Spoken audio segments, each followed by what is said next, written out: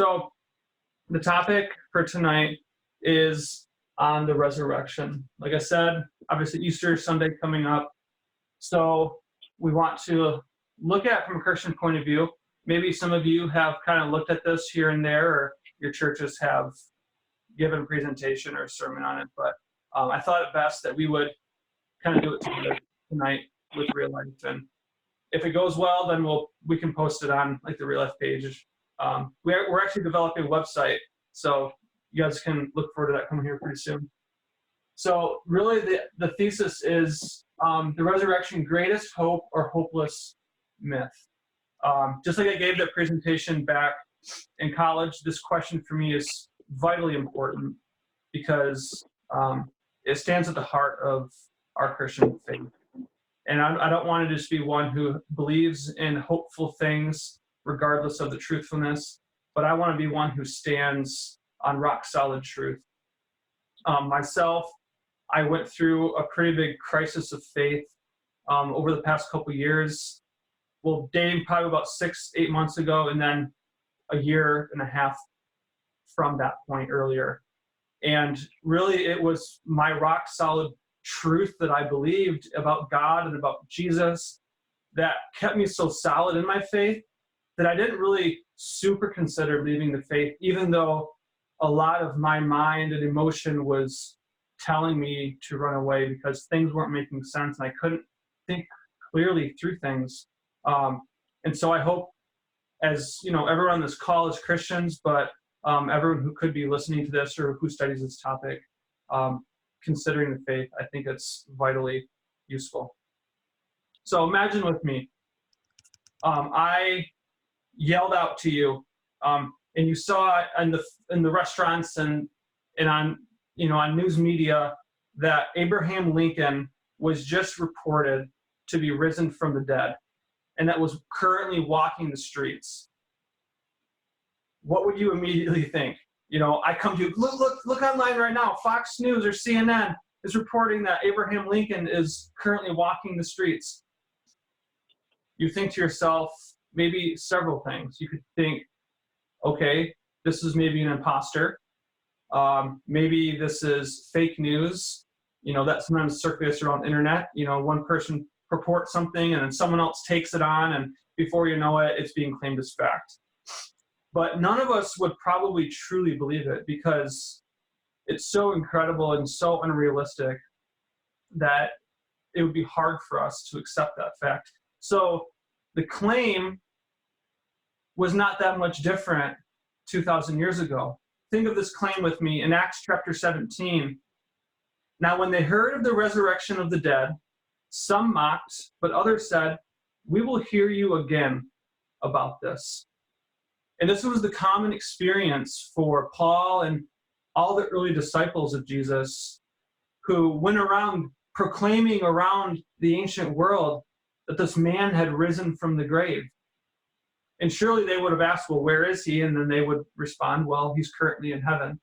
And the claim just seems so strange. Why would anyone believe this?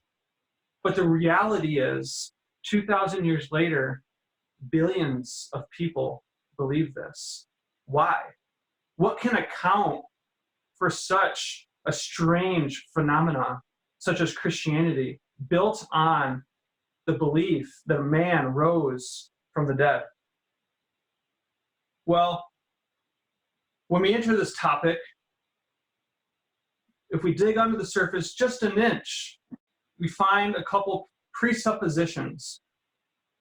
One presupposition, taking an analogy from the movie The Matrix, one presupposition is the blue pill. So if you take the blue pill, you presuppose that miracles do in fact, or could in fact, exist. Because you believe that there is a divine reality, because you believe in the supernatural layer to the world. But if you take the red pill, then you presuppose that miracles do not or cannot exist. They cannot provide any explanatory cause to anything that has ever happened, is currently, or will ever happen. But this needs to be talked about first, because as we look at this idea of the resurrection, some people are taking the red pill. Some people presuppose that miracles cannot happen because of their worldview. And so this conversation doesn't even get off the ground. We can't get anywhere. So if you or someone you know is taking the red pill, then they need to acknowledge that.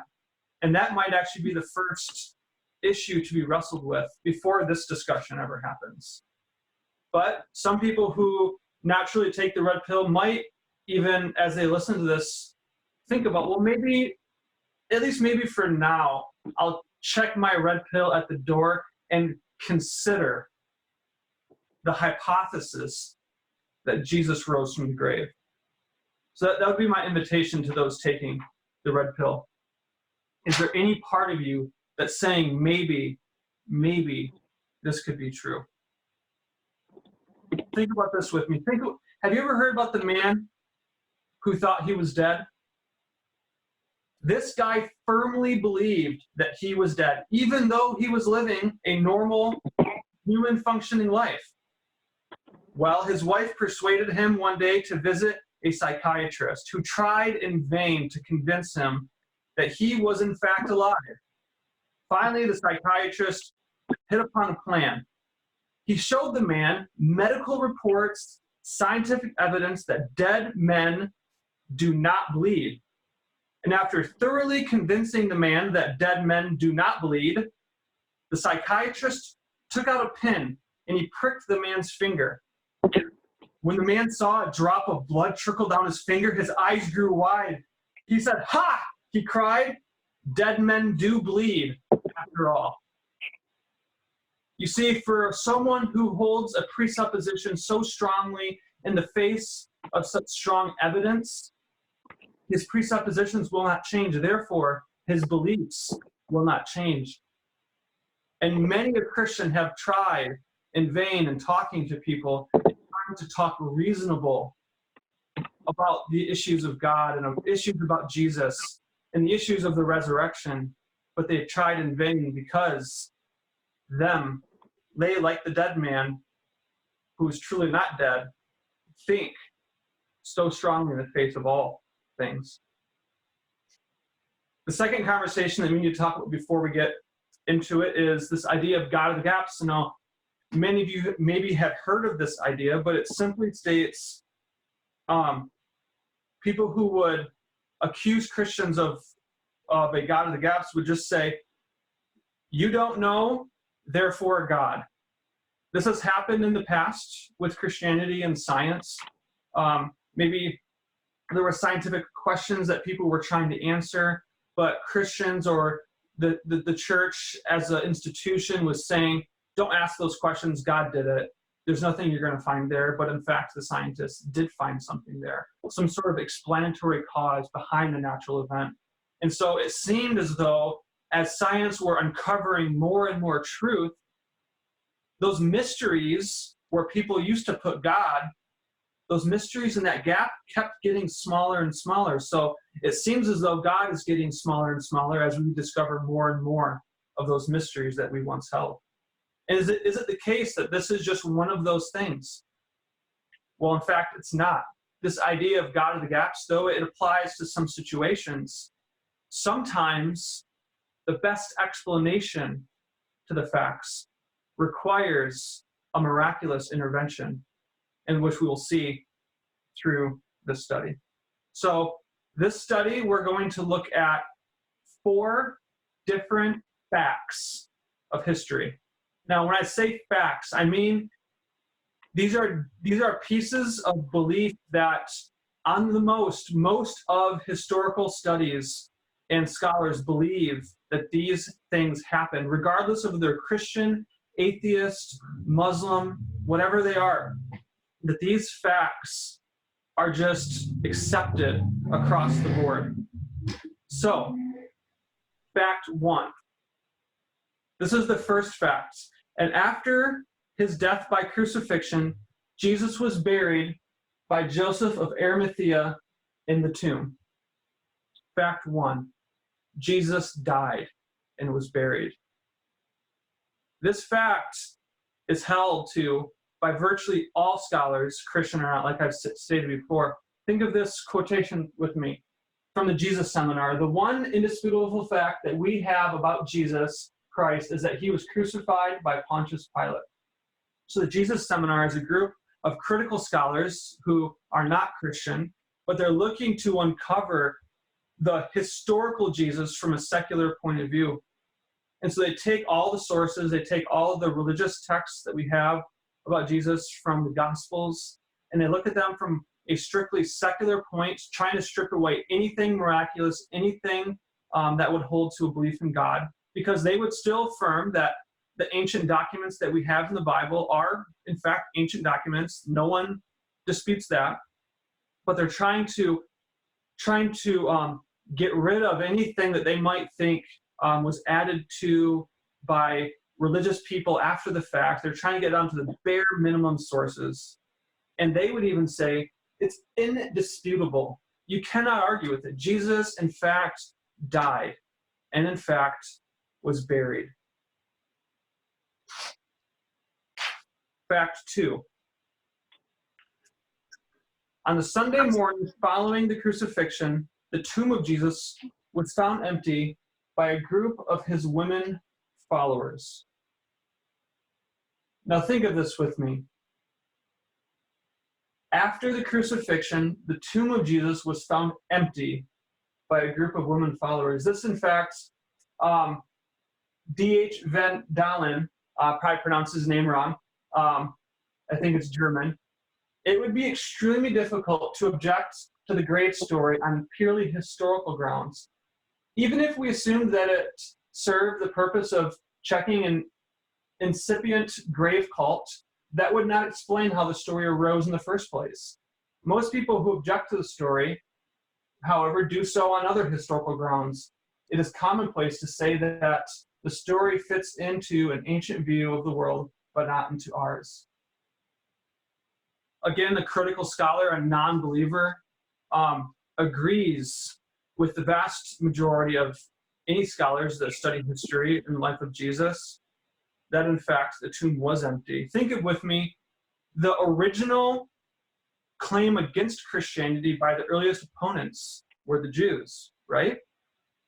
What did the Jews, right? If you're going to try to combat this idea that there was a resurrection, what are you going to respond with? Well, the Jews responded with what? The disciples stole the body, which is actually one of the theories that we're going to get to later. But the disciples stole the body. Well, think about that.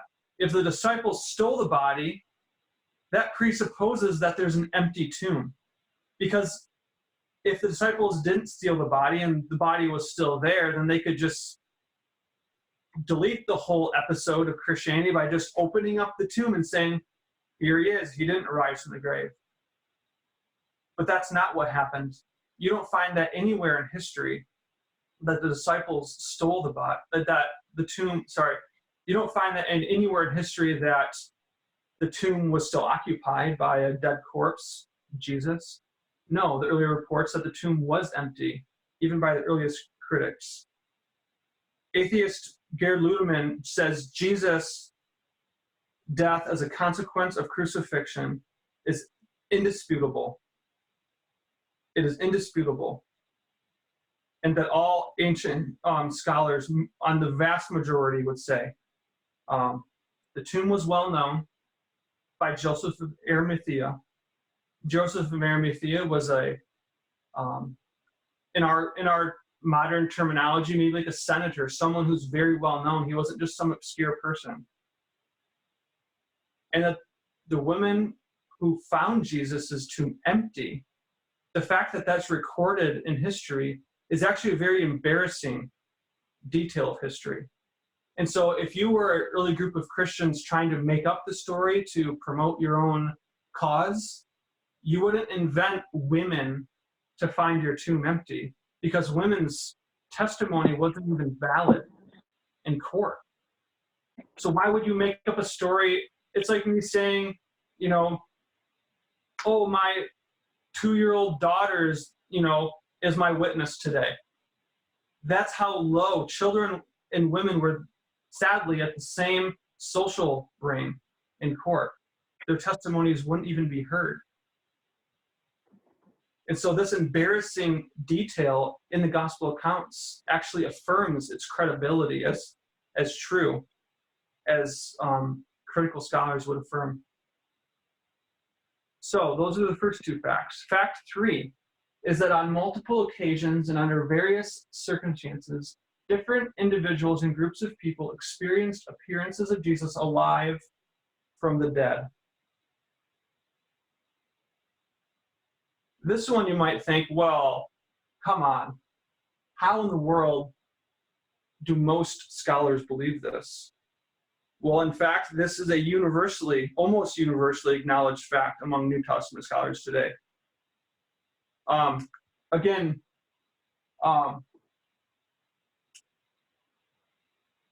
it may be taken as historically certain that Peter and the disciples had experiences after Jesus' death in which Jesus appeared to them as the risen Christ. Again, Garrett Ludeman, perhaps the most prominent current critic, is the one who says this. It may be taken as historically certain that Jesus' death was followed up by these post-mortem appearances. This is a quotation that we get these resurrection appearances. We get them from 1 Corinthians chapter 15, which, as dated by scholars, is found within the mid-50s AD. Mid-50s AD, the crucifixion and resurrection of Jesus was in the 30s. And so 20 years later, we have ancient sources, which in ancient times was incredible to have documents found within that sort of time between the event and the recording of that event. And not only was that event recorded in 1 Corinthians 15 at that time in the 50s, but that scholars have also recognized that the quotation is nearly unanimously concluded as being oral tradition that dates even before 1 Corinthians 15. The phraseology of 1 Corinthians 15 rings true of oral tradition because it's simple, it's repetitive, and it lacks any sort of theological development. And finally, fact 4 is that the original disciples, this is similar to fact 3, but slightly different. The original disciples believed that Jesus was risen from the dead despite their having every reason to do so. So fact 3 was about appearances. There was individuals and groups who had appearances of Jesus after his death. And this one says that the original disciples believed that Jesus was risen from the dead. So fact 4 is about a belief. In fact, it's about the origin of the Christian faith. Now, this is slightly different than me believing. In fact, it's quite different than me believing or you believing in the resurrection of Jesus, because we weren't there. See, it's easy to believe in something that's a lie and be genuine about it, but it's impossible to promote a lie and be genuine about it. Those are contradictory ideas. And so either the early disciples were liars about the resurrection, or they were hallucinators about the resurrection, or they were genuine witnesses of the resurrection. And the fact that, and this is what's incredible, is the fact that 2,000 years later, people are still adamantly holding on to the resurrection of Jesus says something very powerful about the origins of this, especially in ancient times. Think with me about these ancient quotations. Bear with me, they're slightly long, maybe take a minute to read each of them. But think back to ancient times when the church was being heavily persecuted for their belief in this resurrection. So Cornelius Tacitus, in his annals in AD 115, so AD 115, so not too long after the close of the New Testament, which was dated probably around the 90s. So Christianity was still very young. And he says, consequently, to get rid of the report about the fire that happened in Rome, it burnt down a good portion of the city. Nero fastened the guilt, so he scapegoated Christians as the guilty ones for the fire. Similar to how Hitler fastened guilt and scapegoated the Jews during World War II era. And so Nero fastened the guilt and inflicted the most exquisite tortures on a class hated for their abominations called Christians by the populace. Christus, from whom the name had its origin, suffered the extreme penalty during the reign of Tiberius Caesar, at the hands of one of our procurators, Pontius Pilate. So you're seeing even some of the ancient documents that affirm a lot of these facts about Jesus, that he was crucified and is killed by the Roman government under Pontius Pilate. And there was a most mischievous superstition. It checked for the moment, meaning it went silent for a moment, meaning at his death. But again, it broke out, not only in Judea, the first source of the evil, but even in Rome, where all things hideous and shameful from every part of the world find their center and become popular. You can tell he's not a Christian. Accordingly, an arrest was first made of all who pleaded guilty. Then, upon their information, an immense multitude were convicted, not so much of the crime of firing the city, but as a hatred against all mankind. So it went beyond just the original scapegoating about the fire, but the ancient world hated Christians for their radical beliefs and radical lifestyle that made people feel very uncomfortable being around them. So mockery of every sort was added to their deaths. They were covered with the skins of beasts. They were torn apart by dogs and perished, or they were nailed to crosses, or they were doomed to the flames and burnt, and to serve as nightly illumination when daylight had expired. Nero offered his gardens for the spectacle and was exhibiting a show in the circus, while he mingled with the people in the dress of a charioteer or stood aloft in a car. Hence, even for criminals who deserved extreme and exemplary punishment, there arose a feeling of compassion, for it was not, as it seemed, for the good of the public, but to glut one man's cruelty that they were being destroyed.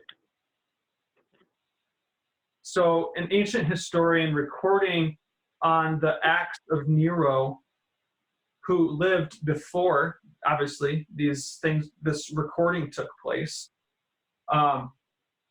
describing what it meant, not from a Christian point of view, but what it meant for these Christians to believe in such a crazy idea. So this fact that the early disciples believed that Jesus was risen from the dead stands against ease, comfort. It was difficult to believe this claim that Jesus rose from the grave, but they believed it going to their deaths.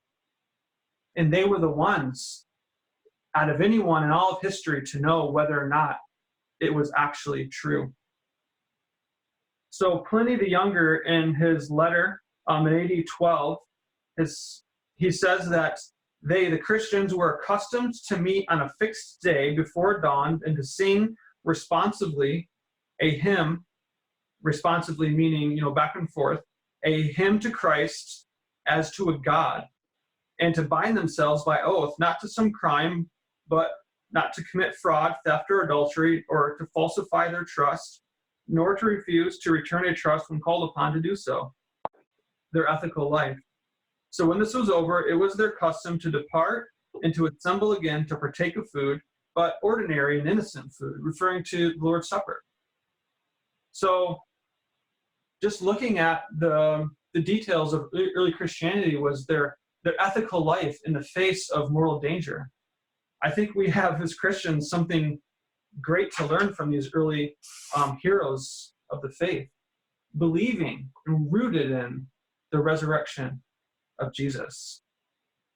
So these 4 historical facts, grounded in scholarly study, affirmed by the vast majority of all scholars, stand as something that have to be dealt with by anyone looking to compile and understand and create some sort of synthesis or hypothesis that deal with these facts. Let me repeat that. Anyone who wants to be reasonable about the person of Jesus must deal with these facts. They can't just ignore them and come up with something random they want to believe about what happened and just throw it in the air and say, I don't know. That's not reasonable.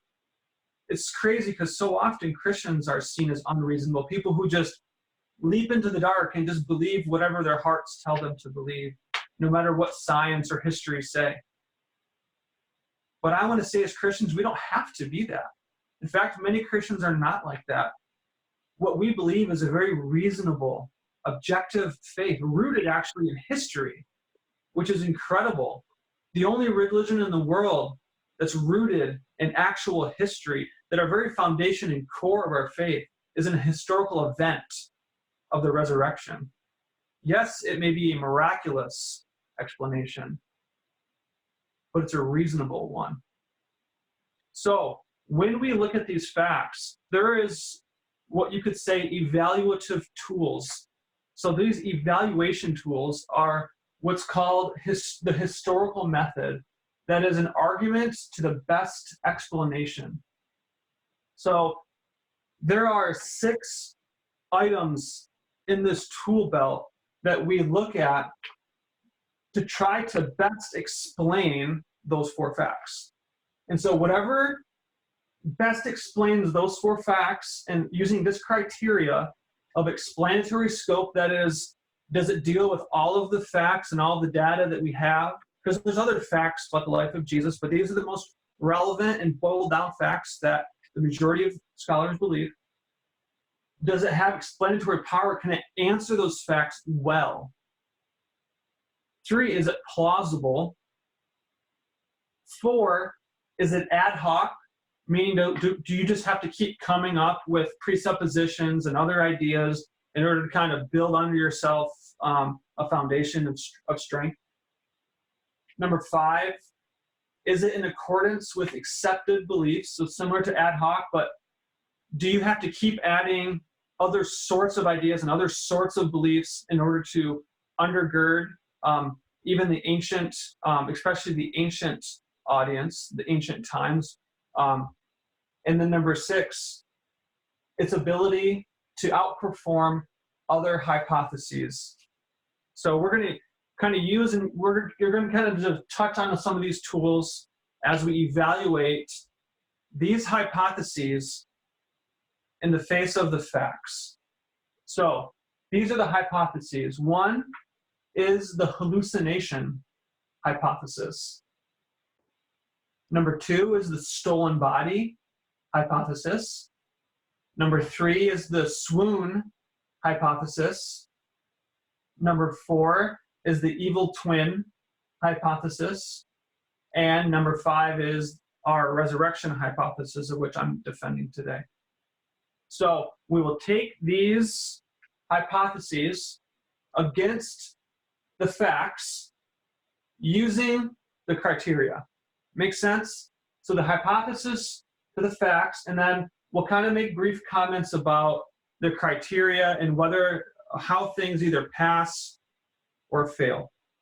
So we'll start with hypothesis 1, the hallucination hypothesis, which, other than the resurrection hypothesis, so your non-Christian or non-theistic hypotheses, this is actually the most widely held to hypothesis outside of the resurrection hypothesis. So according to fact 1, it would pass. So The hallucination hypothesis simply states that individuals and groups of people individually and simultaneously had hallucinations of Jesus rising from the grave. So that may seem strange, but when you consider the facts of, well, all four facts, they try to answer those. And this is why so many ancient scholars would hold to this, because in their mind, it best explains the facts without affirming the resurrection. But so it'll pass number one. Jesus died and was buried. But in fact, it would fail too. It doesn't address at all the empty tomb. It simply states that Jesus was seen by people.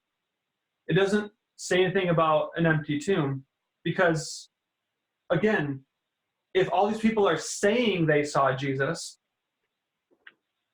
you would have to come up with additional criteria or additional beliefs or additional hypotheses in order to get your hypothesis of hallucination to pass. So it has no explanatory scope other than by getting other hypotheses to join in on it. It doesn't actually fully address postmortem appearances because the idea of having mass hallucinations, in fact, is not very plausible. It's not a very powerful argument. Because in order to avoid the miracle of resurrection, you have to now invent the miracle of mass hallucination. And in order to do that, you would have to basically psychoanalyze a group of historical people and explain how is it that entire groups of people who weren't even anticipating an idea of one man rising from the grave all of a sudden start believing that.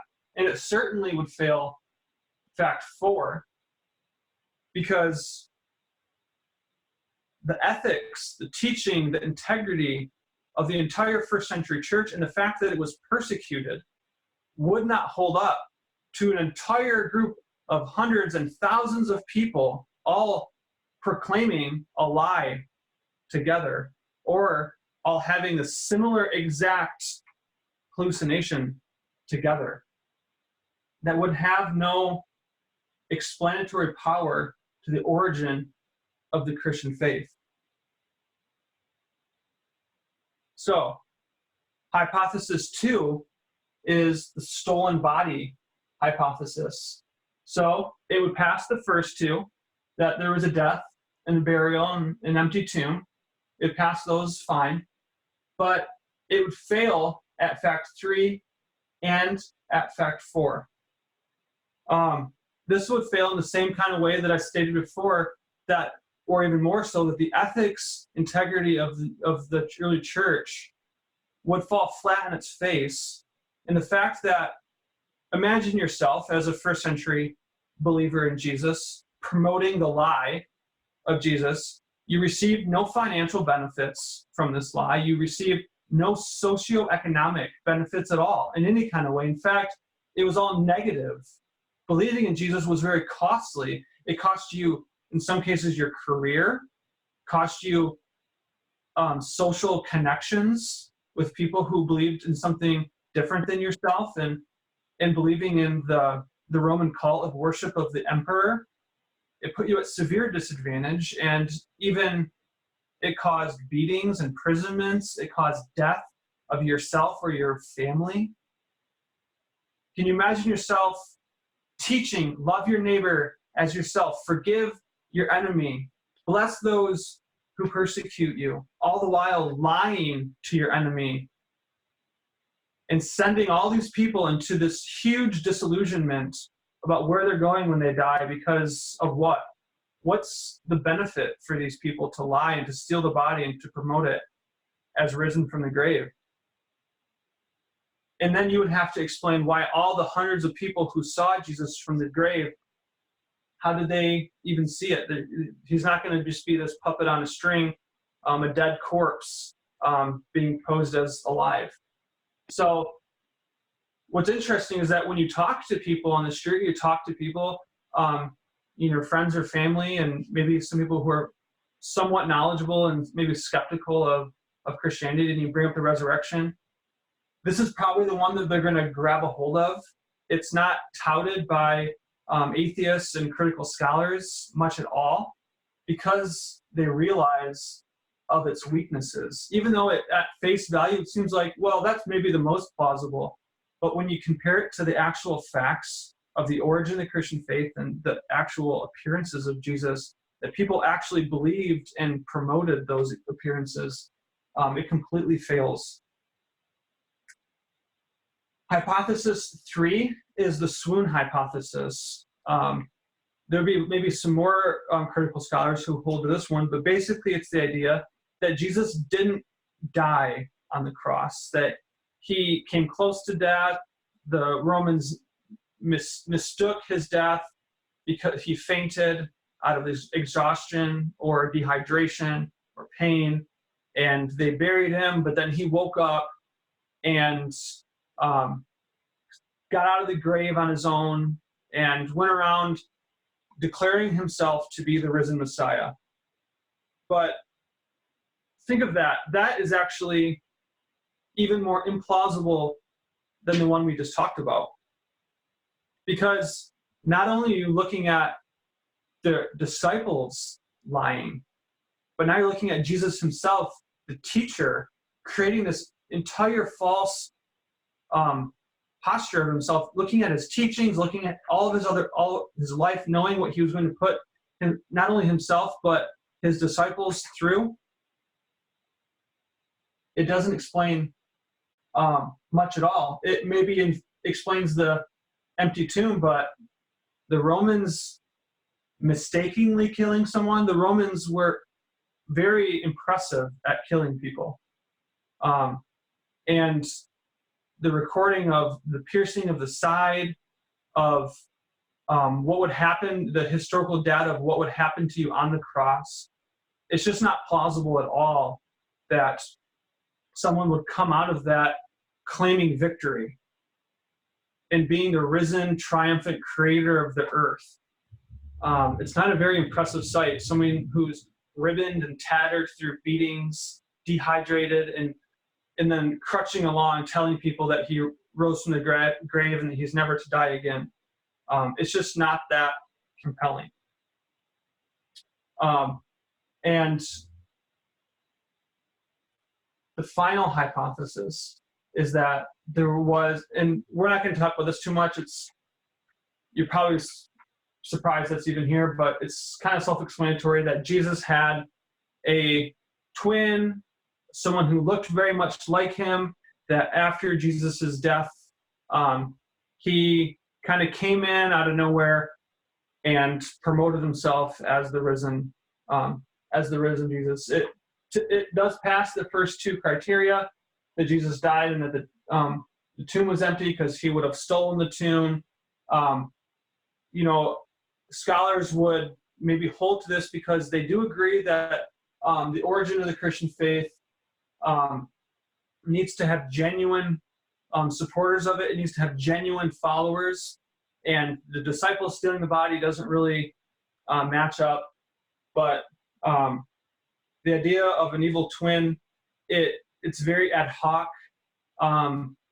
It has to bring in so much strange beliefs about the whole situation. Of somehow this evil twin would have to know all about the teachings of his brother or his lookalike and start promoting it, and somehow convince all of his disciples that he's the same person.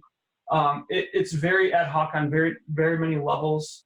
And so it's not obviously a very powerful or compelling hypothesis. So that leaves us with the resurrection hypothesis. So the resurrection hypothesis deals with the facts extremely well. That Jesus died and was buried, that the tomb was empty, that there were appearances, he's risen from the grave, he appears to people, and that he commissioned the church to go out and to make disciples of the nations, which in fact they did, promoting his resurrection from the grave and it's not just, the resurrection is not just a auxiliary belief about Christianity, but it's central, and that's important. Christianity's belief system is central on the resurrection. And so without the belief about the resurrection, you don't have a Christianity to hold its head on. It is the heartbeat of our faith. The difficulty with the resurrection hypothesis is the red pill, right? The reason that the whole world doesn't just say, wow, I guess it deals with the facts really well. Well, the reason that people wouldn't hold to the resurrection is because they're taking the red pill. They have assumptions about the world that don't allow them to look at the facts from an objective standpoint. For many of us who even became Christians later in our life, and at some point we became a lot more open and maybe more objective to following where evidence leads and guides us, this can be a very compelling argument. But for those who don't believe in a God, you see, there is one assumption that the resurrection hypothesis forces us to believe in, and that's in a God. And if someone is unwilling and unable to get over the assumption that God does not exist or could not exist, if they can't get over it, they will not be able to hold to the resurrection hypothesis, and they will have to hold on to another one or just claim ignorance. But if you're open to the fact that there could be a God, then this hypothesis and these facts together, in fact, could help you to get over that hump. Because, again, these are facts. We can't just whisk them away because, it's 2,000 years ago. What are we really supposed to make of something that happened so long ago? Well, there's lots of things that we believe that happened in the past. In fact, most of our beliefs are grounded in the past. We remember the past. We think about the past. We, remember where this thing was or what we ate for breakfast. We don't have a physical recording of it. We just have the history. And when we think about the past and we want to evaluate what was true and wasn't true, that's what historians do. They look at the data, they take it through criteria, and they're trying to figure out, what things worked and how they worked in this and this, and we're trying to come up with a synthesis of what history looked like. And when we look at the events surrounding the person of Jesus and what happened 2,000 years ago on this Easter Sunday, these are the most relevant and most core facts that we have. And so the resurrection hypothesis helps us to look at that. But the reality is there's some implications to this. Implications that for some people they don't want to hear because it requires something of them that they don't want to give. But for those who are open and those who are, may I say, humble, these implications are a welcoming thing. So this is Paul, and I don't know if you can read this or not, but I want to read for us from the book of Acts. I didn't put the chapter number, sorry. This is later on in the book of Acts, maybe chapter 24. He says, to this day, and he's speaking to leadership, Roman leadership who came in to question him about his imprisonment and all the claims the Jews had against him. And so he's speaking, he says, to this day, I've had the help that comes from God, and so I stand here to testifying both to small and to great, saying nothing but what the prophets and Moses said would come to pass, that the Christ must suffer, the Messiah would suffer, and that by being the first to rise from the dead, he would proclaim light both to our people and to the Gentiles. And as he was saying these things in his defense, Festus said with a loud voice, Paul, you are out of your mind. Your great learning is driving you out of your mind. But Paul said, I'm not out of my mind, most excellent Festus, but I am speaking true and rational words. For the king knows about these things, and that to him I speak boldly. For I am persuaded that none of these things has escaped his notice, for this has not been done in a corner. King Agrippa, do you believe the prophets? I know you believe. And Agrippa said to Paul, in a short time would you persuade me to be a Christian? And Paul said, I cut off here, but he said, whether short or long, I would persuade you to become as I am, except for these chains, speaking of his imprisonment.